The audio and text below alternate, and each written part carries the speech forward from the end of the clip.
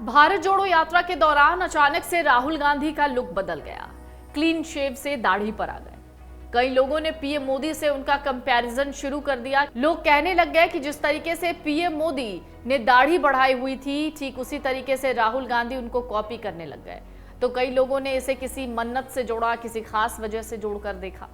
इस बीच उनकी T shirt भी चर्चा में रही। कहना मुनासिब होगा कि जिस तरीके से राहुल गांधी टी शर्ट पर आ गए, ठीक उसी तरीके से उनका लुक बदलने लगा।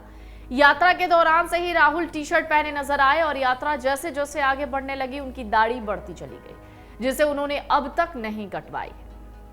लेकिन उन्होंने अब बताया कि वो अपनी दाढ़ी कब कटवाएंगे। इसके अलावा राहुल गांधी ने एक इंटरव्यू में अपनी शादी के अलावा अपने जीवन से जुड़े कुछ अहम सवालों के जवाब भी दिए। तो चलिए आपको एक एक करके बताते हैं, लेकिन सबसे पहले बताते हैं कि उन्होंने अपनी दाढ़ी कटवाने को लेकर क्या कहा। राहुल गांधी से जब एक इंटरव्यू के दौरान पूछा गया उनकी दाढ़ी को लेकर एक सवाल, तो उन्होंने कहा कि मैंने भारत जोड़ो यात्रा के दौरान दाढ़ी नहीं कटवाने का फैसला किया था। यात्रा खत्म होने के बाद अब इस बारे में फैसला लूंगा कि दाढ़ी रखनी है या कटवानी है। इटली के एक अखबार को दिए इंटरव्यू में राहुल गांधी ने अपनी शादी को लेकर पूछे गए सवाल पर भी जवाब दिया।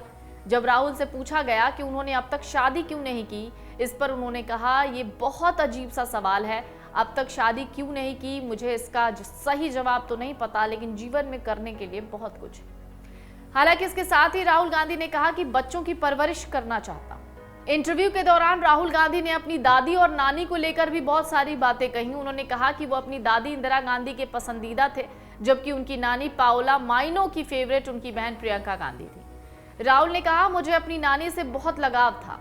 आपको बता दें, राहुल की नानी पाओला माइनो का पिछले साल अगस्त में इटली में निधन हुआ। वह इंदिरा गांधी की साल 1984 में हत्या कर दी गई थी।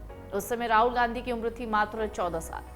इटालियन अखबार को दिए अपने इंटरव्यू में राहुल गांधी ने आरोप लगाया कि देश में फासीवाद की एंट्री हो चुकी है। उन्होंने लोकतांत्रिक ढांचे ढह रहे हैं ऐसा भी कहा और संसद ठीक से काम नहीं कर रही।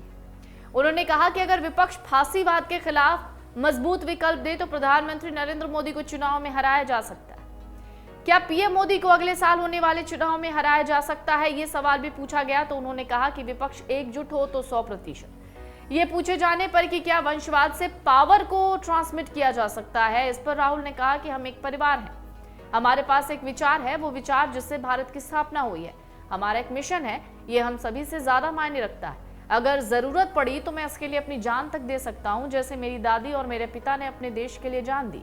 ये एक विचार ही तो है कि मेरी माँ का जन्म इटली में हुआ, लेकिन उन्होंने अपना पूरा जीवन अपने देश के लिए समर्पित कर दिया। मैं अपने जीवन के अंत तक इस विचार की रक्षा करूंगा।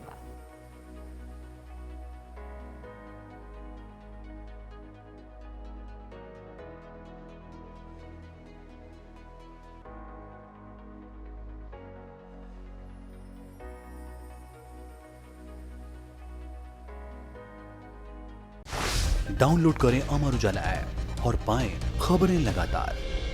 अगर आप ये वीडियो YouTube पर देख रहे हैं तो हमारे चैनल को सब्सक्राइब करें और बेल आइकन को दबाना ना भूलें। अगर आप Facebook पर ये वीडियो देख रहे हैं तो हमारे पेज को लाइक करें।